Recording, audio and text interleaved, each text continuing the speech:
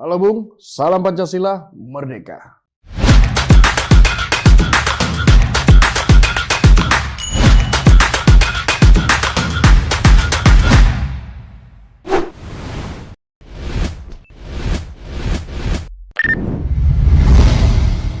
Setelah beberapa waktu lalu Presiden dan Wakil Presiden dilantik, yaitu Pak Prabowo dan Mas Gibran, yang menjadi Presiden dan Wakil Presiden Indonesia, langsung muncul suatu fenomena baru, yang dimana ini pertama kali yang saya lihat, di mana Wakil Presiden membuka hotline aduan untuk masyarakat Indonesia. Cuman saya bayangkan, masyarakat Indonesia dari Sabang sampai Merauke itu jumlahnya banyak sekali ya.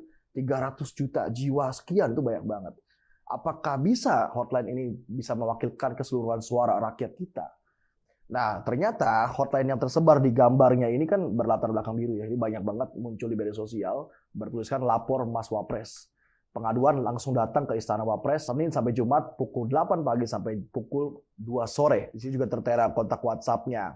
Dan ternyata sehari itu dibatasi hanya untuk 50 orang saja.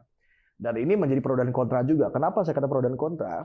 Banyak beberapa orang memang yang ingin melaporkan keluh kesahnya sebagai bangsa Indonesia. Ada juga yang bermain-main hanya sekedar iseng saja mengontak nomor tersebut. Dan ada juga isu yang mengatakan bahwa adanya pelaporan tapi tidak digubris, tidak ditanggapi atau tidak direspon.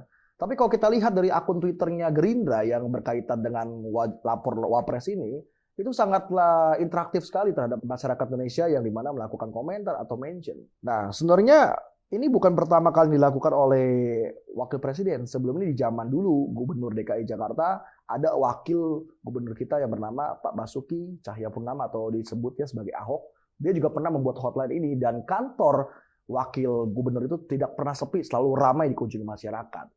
Nah, kalau 50 orang doang menurut saya, 50 orang dibatasi untuk datang ke kantor wakil presiden, kayaknya cukup sedikit sekali ya. Mungkin ini kurang efektif, sepertinya harus dikaji lagi. Tapi saya apresiasi, karena tindakan seperti ini, kapan lagi kita sebagai masyarakat bisa menghubungi langsung pihak dari staf ataupun timnya untuk melakukan keluh kesah kita selama ini. Jadi zaman sekarang saya rasa nggak perlu demo-demo nih kalau kita mau menyampaikan aspirasi, kita langsung saja kontak nomor hotline-nya. Ada suatu informasi juga yang mengatakan tenaga ahli utama Presidential Communication Office atau PCO yang bernama Prita Laura menegaskan bahwa program lapor Mas Wapres bukan program milik Wapres Gibran Rakabuming. Dia menyebutkan program pengaduan tersebut sepenuhnya milik pemerintah. Jadi memang ini terobosan yang baru.